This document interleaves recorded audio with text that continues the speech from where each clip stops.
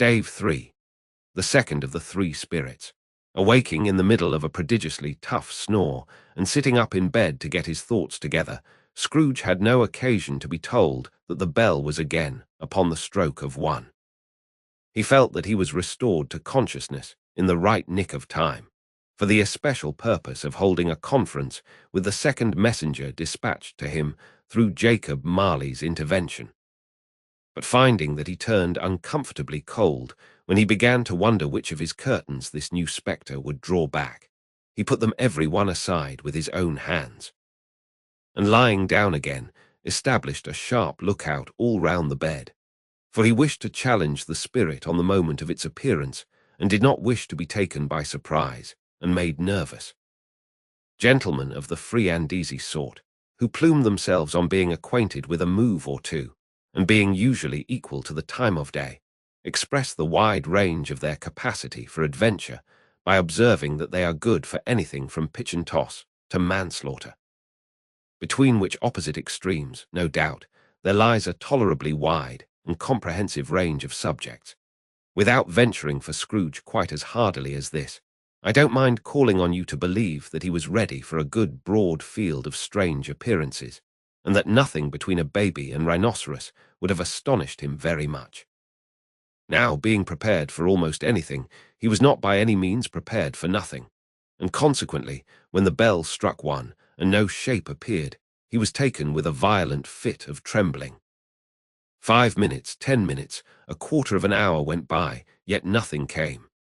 All this time he lay upon his bed, the very core and centre of a blaze of ruddy light, which streamed upon it when the clock proclaimed the hour, and which, being only light, was more alarming than a dozen ghosts, as he was powerless to make out what it meant or would be at, and was sometimes apprehensive that he might be at that very moment an interesting case of spontaneous combustion, without having the consolation of knowing it. At last, however, he began to think, as you or I would have thought at first, for it is always the person not in the predicament who knows what ought to have been done in it, and would unquestionably have done it too. At last, I say, he began to think that the source and secret of this ghostly light might be in the adjoining room, from whence, on further tracing it, it seemed to shine. This idea taking full possession of his mind, he got up softly and shuffled in his slippers to the door. The moment Scrooge's hand was on the lock, a strange voice called him by his name and bade him enter. He obeyed. It was his own room. There was no doubt about that, but it had undergone a surprising transformation. The walls and ceiling were so hung with living green that it looked a perfect grove, from every part of which bright gleaming berries glistened. The crisp leaves of holly, mistletoe, and ivy reflected back the light, as if so many little mirrors had been scattered there. And such a mighty blaze went roaring up the chimney, as that dull petrification of a hearth had never known in Scrooge's time, or Marley's, or for many and many a winter season gone. Heaped up on the floor to form a kind of throne were turkeys, geese, game, poultry, brawn, great joints of meat, sucking pigs, long wreaths of sausages, mince pies, plum puddings, barrels of oysters, red-hot chestnuts, cherry-cheeked apples, juicy oranges, luscious pears, immense twelfth cakes, and seething bowls of punch that made the chamber dim with their delicious steam. In easy state upon this couch there sat a jolly giant, glorious to see, who bore a glowing torch, in shape not unlike Plenty's horn, and held it up, high up, to shed its light on Scrooge as he came peeping round the door. "Come in," exclaimed the ghost. "Come in, and know me better, man." Scrooge entered timidly, and hung his head before this spirit. He was not the dogged Scrooge he had been. And though the spirit's eyes were clear and kind, he did not like to meet them. "I am the ghost of Christmas present," said the spirit. "Look upon me." Scrooge reverently did so. It was clothed in one simple green robe, or mantle, bordered with white fur. This garment hung so loosely on the figure that its capacious breast was bare, as if disdaining to be warded or concealed by any artifice. Its feet, observable beneath the ample folds of the garment, were also bare, and on its head it wore no other covering than a holly wreath, set here and there with shining icicles. Its dark brown curls were long and free. Free as its genial face, its sparkling eye, its open hand, its cheery voice, its unconstrained demeanor, and its joyful air. Girded round its middle was an antique scabbard. But no sword was in it, and the ancient sheath was eaten up with rust. "You have never seen the like of me before," exclaimed the spirit. "Never," Scrooge made answer to it, "have never walked forth with the younger members of my family. Meaning, for I am very young, my elder brothers born in these later years," pursued the phantom. "I don't think I have," said Scrooge. "I am afraid I have not. Have you had many brothers, spirit?" "More than 1800, said the ghost. "A tremendous family to provide for," muttered Scrooge. The ghost of Christmas present rose. "Spirit," said Scrooge submissively, "conduct me where you will. I went forth last night on compulsion, and I learnt a lesson which is working now. Tonight, if you have aught to teach me, let me profit by it. Touch my robe." Scrooge did as he was told, and held it fast. Holly, mistletoe, red berries, ivy, turkeys, geese, game, poultry, brawn, meat, pigs, sausages, oysters, pies, puddings, fruit, and punch all vanished instantly. So did the room, the fire, the ruddy glow, the hour of night, and they stood in the city streets on Christmas morning, where, for the weather was severe, the people made a rough, but brisk and not unpleasant kind of music. In scraping the snow from the pavement in front of their dwellings, and from the tops of their houses, whence it was mad delight to the boys to see it come plumping down into the road below, and splitting into artificial little snowstorms. The house fronts looked black enough, and the windows blacker, contrasting with the smooth white sheet of snow upon the roofs, and with the dirtier snow upon the ground, which last deposit had been ploughed up in deep furrows by the heavy wheels of carts and wagons. Furrows that crossed and recrossed each other hundreds of times where the great streets branched off, and made intricate channels, hard to trace in the thick yellow mud and icy water. The sky was gloomy, and the shortest streets were choked up with a dingy mist, half thawed, half frozen, whose heavier particles descended in a shower of sooty atoms, as if all the chimneys in Great Britain had, by one consent, caught fire, and were blazing away to their dear hearts' content. There was nothing very cheerful in the climate or the town, and yet was there an air of cheerfulness abroad that the clearest summer air and brightest summer sun might have endeavoured to diffuse in vain. For the people who were shovelling away on the housetops were jovial and full of glee, calling out to one another from the parapets, and now and then exchanging a facetious snowball, better-natured missile far than many a wordy jest, laughing heartily if it went right, and not less heartily if it went wrong. The poulterers' shops were still half open, and the fruiterers were radiant in their glory. There were great, round, pot-bellied baskets of chestnuts, shaped like the waistcoats of jolly old gentlemen, lolling at the doors and tumbling out into the street in their apoplectic opulence. There were ruddy, brown-faced, broad-girthed Spanish onions, shining in the fatness of their growth like Spanish friars, and winking from their shelves in wanton slyness at the girls as they went by, and glanced demurely at the hung-up mistletoe. There were pears and apples, clustered high in blooming pyramids. There were bunches of grapes, made in the shopkeeper's benevolence to dangle from conspicuous hooks that people's mouths might water gratis as they passed. There were piles of filberts, mossy and brown, recalling in their fragrance ancient walks among the woods, and pleasant shufflings ankle-deep through withered leaves. There were Norfolk biffins, squat and swarthy, setting off the yellow of the oranges and lemons, and in the great compactness of their juicy persons, urgently entreating and beseeching to be carried home in paper bags and eaten after dinner. The very gold and silver fish, set forth among these choice fruits in a bowl, though members of a dull and stagnant-blooded race, appeared to know that there was something going on. And to a fish went gasping round and round their little world in slow and passionless excitement. The grocers, oh, the grocers, nearly closed, with perhaps 2 shutters down or one, but through those gaps such glimpses. It was not alone that the scales descending on the counter made a merry sound, or that the twine and roller parted company so briskly, or that the canisters were rattled up and down like juggling tricks, or even that the blended scents of tea and coffee were so grateful to the nose, or even that the raisins were so plentiful and rare, the almonds so extremely white, the sticks of cinnamon so long and straight, the other spices so delicious, the candied fruits so caked and spotted with molten sugar as to make the coldest lookers on feel faint and subsequently bilious. Nor was it that the figs were moist and pulpy, or that the French plums blushed in modest tartness from their highly decorated boxes, or that everything was good to eat and in its Christmas dress. But the customers were all so hurried and so eager in the hopeful promise of the day that they tumbled up against each other at the door, crashing their wicker baskets wildly, and left their purchases upon the counter, and came running back to fetch them, and committed hundreds of the like mistakes in the best humour possible, while the grocer and his people were so frank and fresh that the polished hearts with which they fastened their aprons behind might have been their own, worn outside for general inspection, and for Christmas doors to peck at if they chose. But soon the steeples called good people all to church and chapel, and away they came, flocking through the streets in their best clothes and with their gayest faces.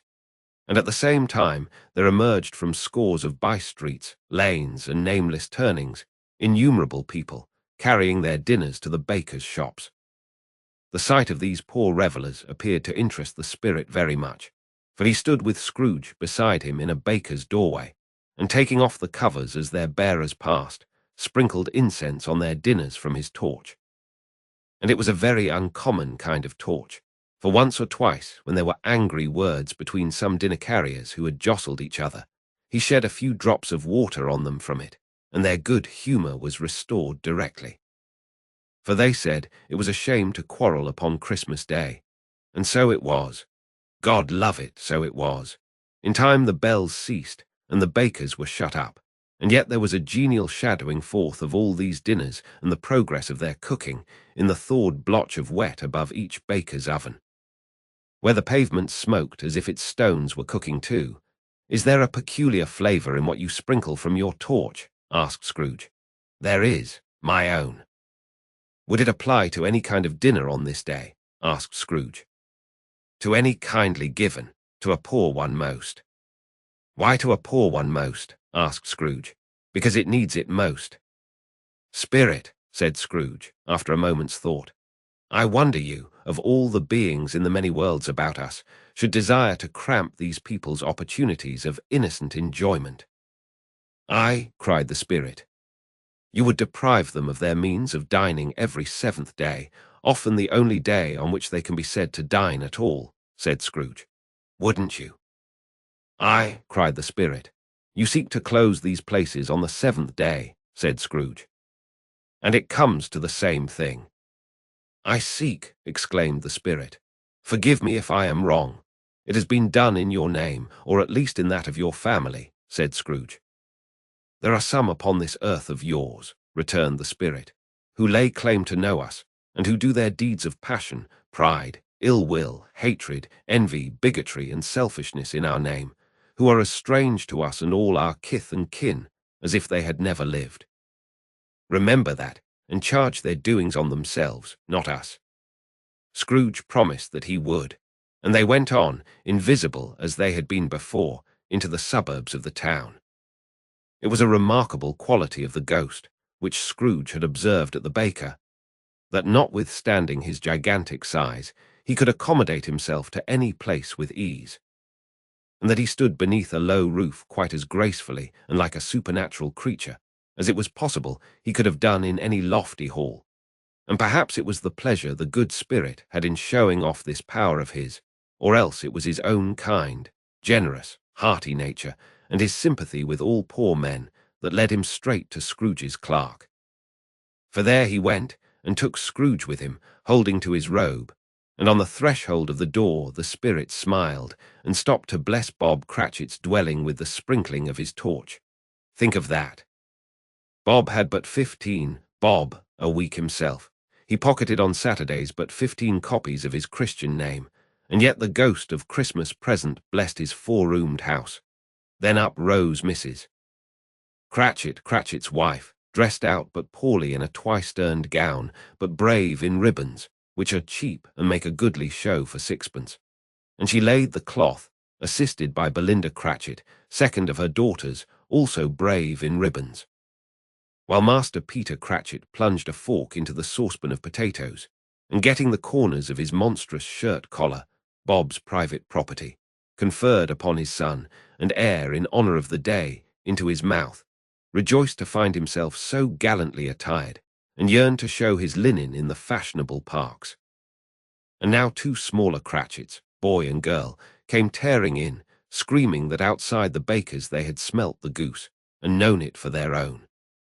And basking in luxurious thoughts of sage and onion, these young Cratchits danced about the table, and exalted Master Peter Cratchit to the skies, while he not proud, although his collars nearly choked him, blew the fire, until the slow potatoes bubbling up, knocked loudly at the saucepan lid to be let out and peeled. "What has ever got your precious father, then?" said Mrs. Cratchit, "and your brother, Tiny Tim, and Martha Warrant as late last Christmas Day by half an hour?" "Here's Martha, mother," said a girl, appearing as she spoke. "Here's Martha, mother," cried the two young Cratchits.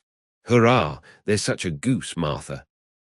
"Why, bless your heart alive, my dear, how late you are," said Mrs. Cratchit, kissing her a dozen times, and taking off her shawl and bonnet for her with officious zeal.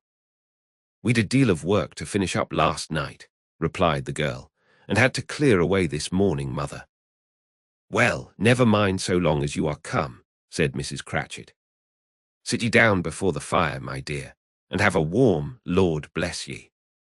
"No, no, there's father coming," cried the two young Cratchits, who were everywhere at once. "Hide, Martha, hide."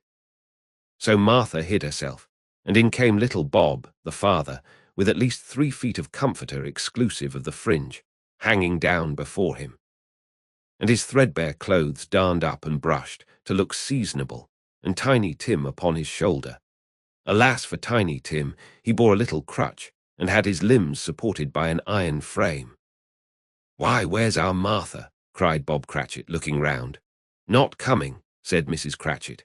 "Not coming," said Bob, with a sudden declension in his high spirits, for he had been Tim's blood horse all the way from church, and had come home rampant. "Not coming upon Christmas Day." Martha didn't like to see him disappointed, if it were only in joke, so she came out prematurely from behind the closet door and ran into his arms, while the two young Cratchits hustled Tiny Tim and bore him off into the wash-house, that he might hear the pudding singing in the copper. "And how did little Tim behave?" asked Mrs. Cratchit, when she had rallied Bob on his credulity, and Bob had hugged his daughter to his heart's content. "As good as gold," said Bob, "and better. Somehow he gets thoughtful, sitting by himself so much, and thinks the strangest things you ever heard. He told me, coming home, that he hoped the people saw him in the church, because he was a cripple, and it might be pleasant to them to remember upon Christmas Day, who made lame beggars walk and blind men see." Bob's voice was tremulous when he told them this, and trembled more when he said that Tiny Tim was growing strong and hearty. His active little crutch was heard upon the floor, and back came Tiny Tim before another word was spoken, escorted by his brother and sister to his stool before the fire. And while Bob, turning up his cuffs, as if, poor fellow, they were capable of being made more shabby, compounded some hot mixture in a jug with gin and lemons, and stirred it round and put it on the hob to simmer, Master Peter and the two ubiquitous young Cratchits went to fetch the goose, with which they soon returned in high procession. Such a bustle ensued that you might have thought a goose the rarest of all birds. A feathered phenomenon, to which a black swan was a matter of course, and in truth it was something very like it in that house. Mrs. Cratchit made the gravy, ready beforehand in a little saucepan hissing hot. Master Peter mashed the potatoes with incredible vigour. Miss Belinda sweetened up the apple sauce. Martha dusted the hot plates. Bob took Tiny Tim beside him in a tiny corner at the table. The two young Cratchits set chairs for everybody, not forgetting themselves, and mounting guard upon their posts, crammed spoons into their mouths, lest they should shriek for goose before their turn came to be helped. At last the dishes were set on, and grace was said. It was succeeded by a breathless pause, as Mrs. Cratchit, looking slowly all along the carving knife, prepared to plunge it in the breast. But when she did, and when the long-expected gush of stuffing issued forth, one murmur of delight arose all round the board, and even Tiny Tim, excited by the two young Cratchits, beat on the table with the handle of his knife, and feebly cried hurrah. There never was such a goose. Bob said he didn't believe there ever was such a goose cooked. Its tenderness and flavour, size and cheapness were the themes of universal admiration. Eked out by apple sauce and mashed potatoes, it was a sufficient dinner for the whole family. Indeed, as Mrs. Cratchit said with great delight, surveying one small atom of a bone upon the dish, they hadn't ate it all at last. Yet every one had had enough, and the youngest Cratchits in particular were steeped in sage and onion to the eyebrows. But now, the plates being changed by Miss Belinda, Mrs. Cratchit left the room alone, too nervous to bear witnesses, to take the pudding up and bring it in. Suppose it should not be done enough. Suppose it should break in turning out. Suppose somebody should have got over the wall of the backyard and stolen it while they were merry with the goose, a supposition at which the two young Cratchits became livid. All sorts of horrors were supposed. Hallo, a great deal of steam. The pudding was out of the copper, a smell like a washing day, that was the cloth, a smell like an eating-house and a pastry-cook's next door to each other, with a laundress's next door to that. That was the pudding. In half a minute, Mrs. Cratchit entered, flushed, but smiling proudly, with the pudding, like a speckled cannonball, so hard and firm, blazing in half a quartern of ignited brandy, and bedight with Christmas holly stuck into the top. Oh, a wonderful pudding! Bob Cratchit said, and calmly too, that he regarded it as the greatest success achieved by Mrs. Cratchit since their marriage. Mrs. Cratchit said that now the weight was off her mind, she would confess she had had her doubts about the quantity of flour. Everybody had something to say about it, but nobody said or thought it was at all a small pudding for a large family. It would have been flat heresy to do so. Any Cratchit would have blushed to hint at such a thing. At last the dinner was all done, the cloth was cleared, the hearth swept, and the fire made up. The compound in the jug being tasted and considered perfect, apples and oranges were put upon the table, and a shovelful of chestnuts on the fire. Then all the Cratchit family drew round the hearth, in what Bob Cratchit called a circle, meaning half a one, and at Bob Cratchit's elbow stood the family display of glass, 2 tumblers, and a custard cup without a handle. These held the hot stuff from the jug, however, as well as golden goblets would have done, and Bob served it out with beaming looks, while the chestnuts on the fire sputtered and cracked noisily. Then Bob proposed. "A Merry Christmas to us all, my dears. God bless us." Which all the family re-echoed. "God bless us, everyone," said Tiny Tim, the last of all. He sat very close to his father's side upon his little stool. Bob held his withered little hand in his, as if he loved the child and wished to keep him by his side, and dreaded that he might be taken from him. "Spirit," said Scrooge, with an interest he had never felt before, "tell me if Tiny Tim will live." "I see a vacant seat," replied the ghost, "in the poor chimney corner, and a crutch without an owner, carefully preserved. If these shadows remain unaltered by the future, the child will die." "No, no," said Scrooge. "Oh, no, kind spirit, say he will be spared." "If these shadows remain unaltered by the future, none other of my race," returned the ghost, "will find him here. What then? If he be like to die, he had better do it, and decrease the surplus population."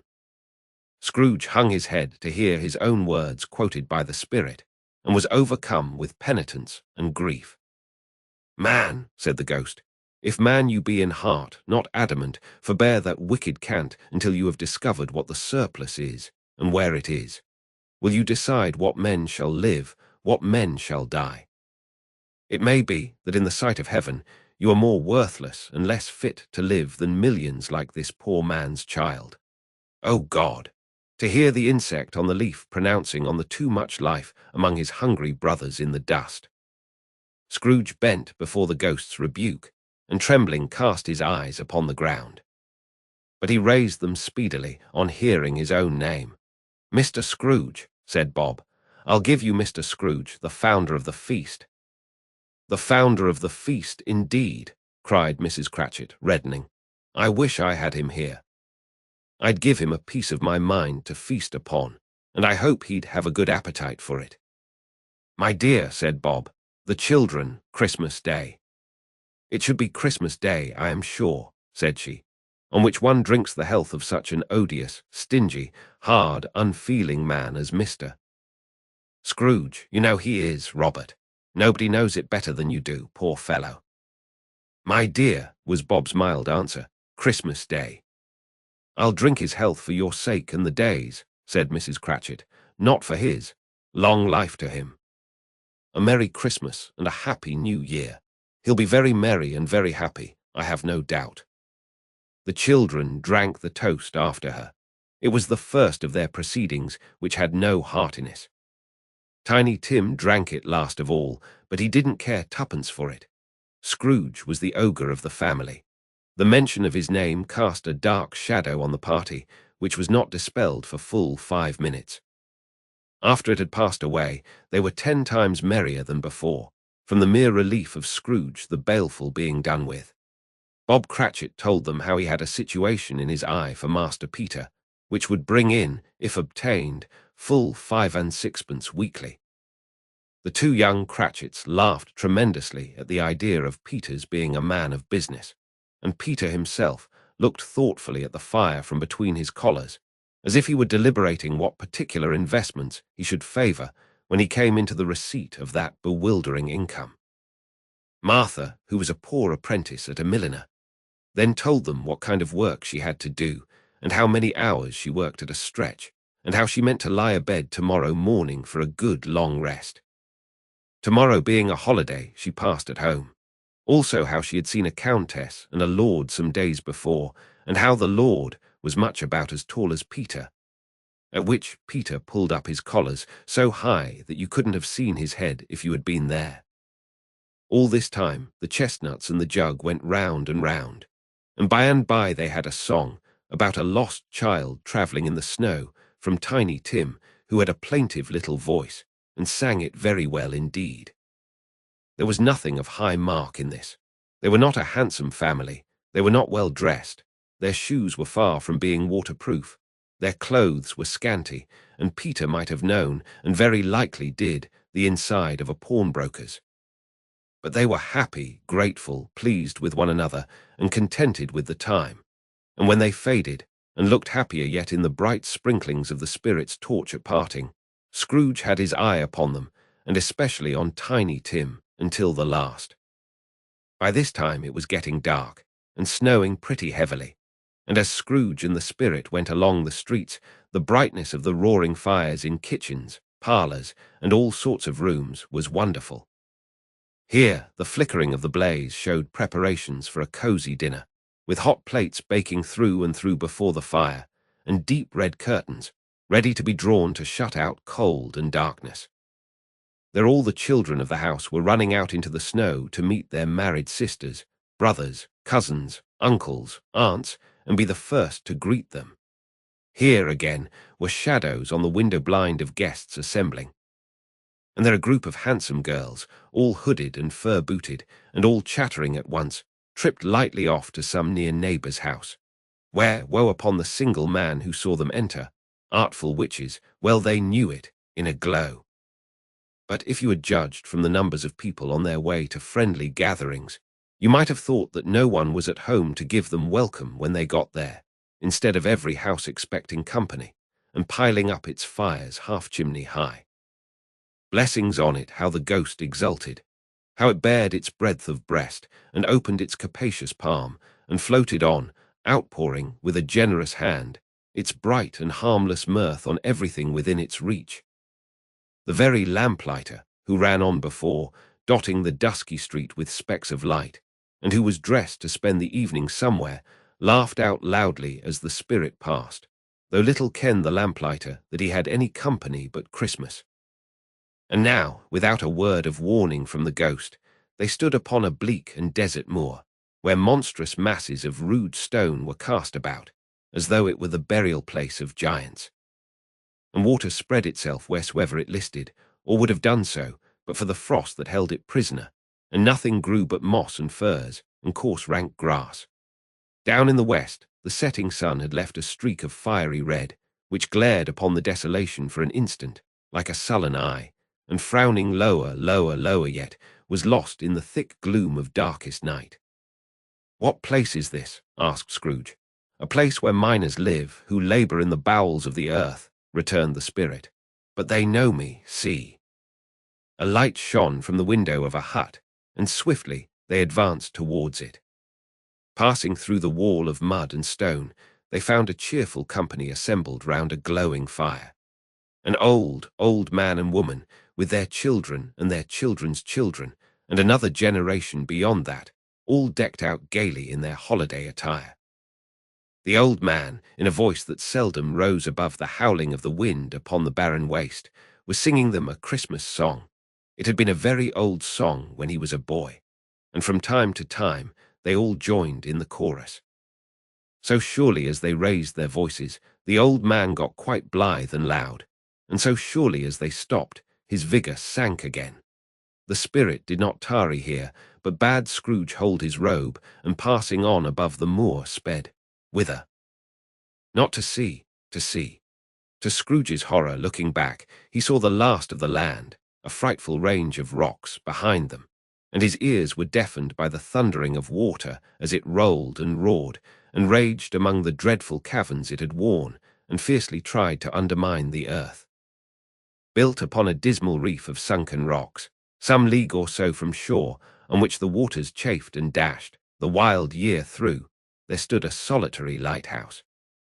Great heaps of seaweed clung to its base, and storm birds, born of the wind one might suppose, as seaweed of the water, rose and fell about it, like the waves they skimmed. But even here, two men who watched the light had made a fire, that through the loophole in the thick stone wall shed out a ray of brightness on the awful sea.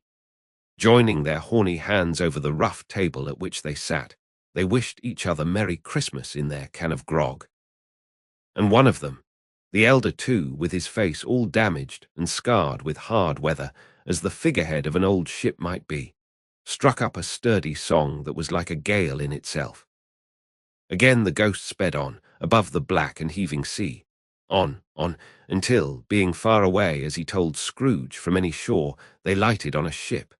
They stood beside the helmsman at the wheel, the lookout in the bow, the officers who had the watch.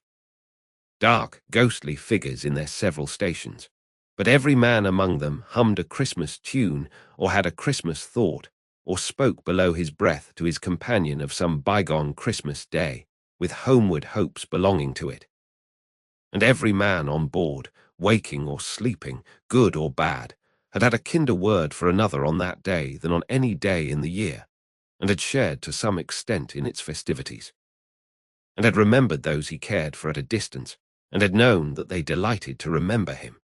It was a great surprise to Scrooge, while listening to the moaning of the wind, and thinking what a solemn thing it was to move on through the lonely darkness over an unknown abyss, whose depths were secrets as profound as death. It was a great surprise to Scrooge, while thus engaged, to hear a hearty laugh. It was a much greater surprise to Scrooge to recognize it as his own nephew's, and to find himself in a bright, dry, gleaming room, with the spirit standing smiling by his side, and looking at that same nephew with approving affability. "Ha, ha," laughed Scrooge's nephew. "Ha, ha, ha. If you should happen, by any unlikely chance, to know a man more blessed in a laugh than Scrooge's nephew, all I can say is, I should like to know him too. Introduce him to me, and I'll cultivate his acquaintance. It is a fair, even-handed, noble adjustment of things, that while there is infection in disease and sorrow, there is nothing in the world so irresistibly contagious as laughter and good humour." When Scrooge's nephew laughed in this way, holding his sides, rolling his head, and twisting his face into the most extravagant contortions, Scrooge's niece, by marriage, laughed as heartily as he, and their assembled friends, being not a bit behindhand, roared out lustily, "Ha, ha, ha, ha, ha, ha." "He said that Christmas was a humbug, as I live," cried Scrooge's nephew. "He believed it too." "More shame for him, Fred," said Scrooge's niece, indignantly. "Bless those women, they never do anything by halves. They are always in earnest. She was very pretty, exceedingly pretty, with a dimpled, surprised-looking, capital face, a ripe little mouth that seemed made to be kissed, as no doubt it was, all kinds of good little dots about her chin that melted into one another when she laughed, and the sunniest pair of eyes you ever saw in any little creature's head. Altogether, she was what you would have called provoking, you know, but satisfactory, too. Oh, perfectly satisfactory." "He's a comical old fellow," said Scrooge's nephew. "That's the truth, and not so pleasant as he might be. However, his offences carry their own punishment, and I have nothing to say against him." "I'm sure he is very rich, Fred," hinted Scrooge's niece. "At least you always tell me so." "What of that, my dear?" said Scrooge's nephew. "His wealth is of no use to him. He don't do any good with it. He don't make himself comfortable with it. He hasn't the satisfaction of thinking, ha, ha, ha, that he is ever going to benefit US with it." "I have no patience with him," observed Scrooge's niece. Scrooge's niece's sisters and all the other ladies expressed the same opinion. "Oh, I have," said Scrooge's nephew. "I am sorry for him. I couldn't be angry with him if I tried. Who suffers by his ill whims? Himself, always. Here he takes it into his head to dislike us, and he won't come and dine with us. What's the consequence? He don't lose much of a dinner." "Indeed, I think he loses a very good dinner," interrupted Scrooge's niece. Everybody else said the same, and they must be allowed to have been competent judges, because they had just had dinner, and with the dessert upon the table were clustered round the fire by lamplight. "Well, I'm very glad to hear it," said Scrooge's nephew, "because I haven't great faith in these young housekeepers. What do you say, Topper?" Topper had clearly got his eye upon one of Scrooge's niece's sisters, for he answered that a bachelor was a wretched outcast, who had no right to express an opinion on the subject. Whereat Scrooge's niece's sister, the plump one with the lace tucker, not the one with the roses, blushed. "Do go on, Fred," said Scrooge's niece, clapping her hands. "He never finishes what he begins to say. He is such a ridiculous fellow." Scrooge's nephew revelled in another laugh, and as it was impossible to keep the infection off, though the plump sister tried hard to do it with aromatic vinegar, his example was unanimously followed. "I was only going to say," said Scrooge's nephew, "that the consequence of his taking a dislike to us, and not making merry with us, is, as I think, that he loses some pleasant moments, which could do him no harm. I am sure he loses pleasanter companions than he can find in his own thoughts, either in his mouldy old office or his dusty chambers. I mean to give him the same chance every year, whether he likes it or not, for I pity him. He may rail at Christmas till he dies, but he can't help thinking better of it. I defy him. If he finds me going there in good temper year after year and saying, 'Uncle Scrooge, how are you?' If it only puts him in the vein to leave his poor clerk £50, that's something, and I think I shook him yesterday." It was their turn to laugh now at the notion of his shaking Scrooge. But being thoroughly good-natured, and not much caring what they laughed at, so that they laughed at any rate, he encouraged them in their merriment and passed the bottle joyously. After tea, they had some music, for they were a musical family and knew what they were about when they sung a glee or catch, I can assure you. Especially Topper, who could growl away in the bass like a good one, and never swell the large veins in his forehead or get red in the face over it. Scrooge's niece played well upon the harp, and played among other tunes a simple little air, a mere nothing. You might learn to whistle it in 2 minutes, which had been familiar to the child who fetched Scrooge from the boarding school, as he had been reminded by the ghost of Christmas past. When this strain of music sounded, all the things that ghost had shown him came upon his mind. He softened more and more, and thought that if he could have listened to it often, years ago, he might have cultivated the kindnesses of life for his own happiness with his own hands, without resorting to the sexton's spade that buried Jacob Marley. But they didn't devote the whole evening to music. After a while they played at forfeits, for it is good to be children sometimes, and never better than at Christmas, when its mighty founder was a child himself. Stop. There was first a game at blind man's buff. Of course there was, and I no more believe Topper was really blind than I believe he had eyes in his boots. My opinion is that it was a done thing between him and Scrooge's nephew, and that the ghost of Christmas present knew it. The way he went after that plump sister in the lace tucker was an outrage on the credulity of human nature. Knocking down the fire irons, tumbling over the chairs, bumping against the piano, smothering himself among the curtains, wherever she went, there went he. He always knew where the plump sister was. He wouldn't catch anybody else. If you had fallen up against him, as some of them did, on purpose, he would have made a feint of endeavouring to seize you, which would have been an affront to your understanding, and would instantly have sidled off in the direction of the plump sister. She often cried out that it wasn't fair, and it really was not. But when at last he caught her, when, in spite of all her silken rustlings and her rapid flutterings past him, he got her into a corner whence there was no escape, then his conduct was the most execrable.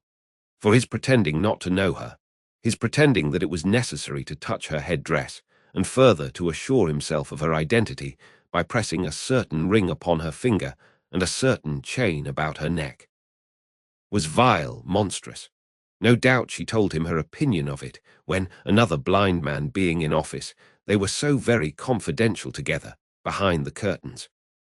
Scrooge's niece was not one of the blind man's buff party, but was made comfortable with a large chair and a footstool, in a snug corner, where the ghost and Scrooge were close behind her. But she joined in the forfeits, and loved her love to admiration with all the letters of the alphabet. Likewise at the game of how, when, and where, she was very great, and to the secret joy of Scrooge's nephew, beat her sisters hollow. Though they were sharp girls too, as Topper could have told you. There might have been 20 people there, young and old, but they all played, and so did Scrooge, for wholly forgetting in the interest he had in what was going on, that his voice made no sound in their ears, he sometimes came out with his guess quite loud, and very often guessed quite right too. For the sharpest needle, best Whiteacre warranted not to cut in the eye, was not sharper than Scrooge, blunt as he took it in his head to be. The ghost was greatly pleased to find him in this mood, and looked upon him with such favour that he begged like a boy to be allowed to stay until the guests departed. But this the spirit said could not be done. "Here is a new game," said Scrooge. "1 half-hour, spirit only one." It was a game called Yes and No, where Scrooge's nephew had to think of something, and the rest must find out what. He only answering to their questions yes or no, as the case was. The brisk fire of questioning to which he was exposed elicited from him that he was thinking of an animal, a live animal, rather a disagreeable animal, a savage animal, an animal that growled and grunted sometimes, and talked sometimes, and lived in London, and walked about the streets, and wasn't made a show of, and wasn't led by anybody, and didn't live in a menagerie, and was never killed in a market, and was not a horse, or an ass, or a cow, or a bull, or a tiger, or a dog, or a pig, or a cat, or a bear. At every fresh question that was put to him, this nephew burst into a fresh roar of laughter, and was so inexpressibly tickled that he was obliged to get up off the sofa and stamp. At last the plump sister, falling into a similar state, cried out, "I have found it out. I know what it is, Fred. I know what it is." "What is it?" cried Fred. "It's your Uncle Scrow-o-o-o-oge." Which it certainly was. Admiration was the universal sentiment, though some objected that the reply to "Is it a bear?" ought to have been yes, inasmuch as an answer in the negative was sufficient to have diverted their thoughts from Mr. Scrooge, supposing they had ever had any tendency that way. "He has given us plenty of merriment, I am sure," said Fred, "and it would be ungrateful not to drink his health." Here is a glass of mulled wine ready to our hand at the moment. And I say, Uncle Scrooge." "Well, Uncle Scrooge," they cried. "A Merry Christmas and a Happy New Year to the old man, whatever he is," said Scrooge's nephew. "He wouldn't take it from me, but may he have it nevertheless." Uncle Scrooge. Uncle Scrooge had imperceptibly become so gay and light of heart that he would have pledged the unconscious company in return and thanked them in an inaudible speech if the ghost had given him time. But the whole scene passed off in the breath of the last words spoken by his nephew, and he and the spirit were again upon their travels. Much they saw, and far they went, and many homes they visited, but always with a happy end. The spirit stood beside sick beds, and they were cheerful, on foreign lands, and they were close at home, by struggling men, and they were patient in their greater hope, by poverty, and it was rich.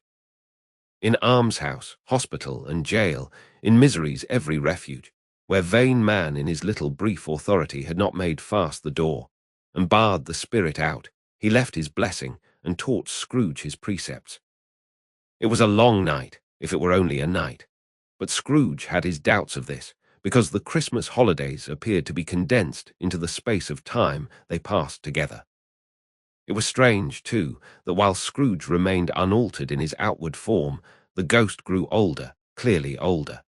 Scrooge had observed this change, but never spoke of it until they left a children's 12th night party, when, looking at the spirit as they stood together in an open place, he noticed that its hair was grey. "Our spirits live so short?" asked Scrooge. "My life upon this globe is very brief," replied the ghost. "It ends tonight." "Tonight," cried Scrooge. "Tonight at midnight, hark! The time is drawing near." The chimes were ringing the 11:15 at that moment. "Forgive me if I am not justified in what I ask," said Scrooge, looking intently at the spirit's robe. "But I see something strange, and not belonging to yourself, protruding from your skirts. Is it a foot or a claw?" "It might be a claw, for the flesh there is upon it," was the spirit's sorrowful reply. "Look here." From the foldings of its robe, it brought 2 children, wretched, abject, frightful, hideous, miserable. They knelt down at its feet and clung upon the outside of its garment. "Oh, man, look here, look down here," exclaimed the ghost. They were a boy and girl, yellow, meagre, ragged, scowling, wolfish, but prostrate, too, in their humility. Where graceful youth should have filled their features out and touched them with its freshest tints, a stale and shriveled hand, like that of age, had pinched and twisted them and pulled them into shreds. Where angels might have sat enthroned, devils lurked and glared out menacing. No change, no degradation, no perversion of humanity in any grade, through all the mysteries of wonderful creation, has monsters half so horrible and dread. Scrooge started back, appalled. Having them shown to him in this way, he tried to say they were fine children, but the words choked themselves, rather than be parties to a lie of such enormous magnitude. "Spirit." "Are they yours?" Scrooge could say no more. "They are man," said the spirit, looking down upon them. "And they cling to me, appealing from their fathers. This boy is ignorance, this girl is want. Beware them both, and all of their degree, but most of all beware this boy, for on his brow I see that written which is doom, unless the writing be erased." "Deny it," cried the spirit, stretching out its hand towards the city. "Slander those who tell it, admit it for your factious purposes, and make it worse, and bide the end." "Have they no refuge or resource?" cried Scrooge. "Are there no prisons?" said the spirit, turning on him for the last time with his own words.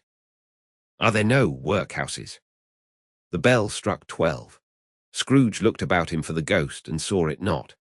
As the last stroke ceased to vibrate, he remembered the prediction of old Jacob Marley, and lifting up his eyes, beheld a solemn phantom, draped and hooded, coming, like a mist along the ground, towards him.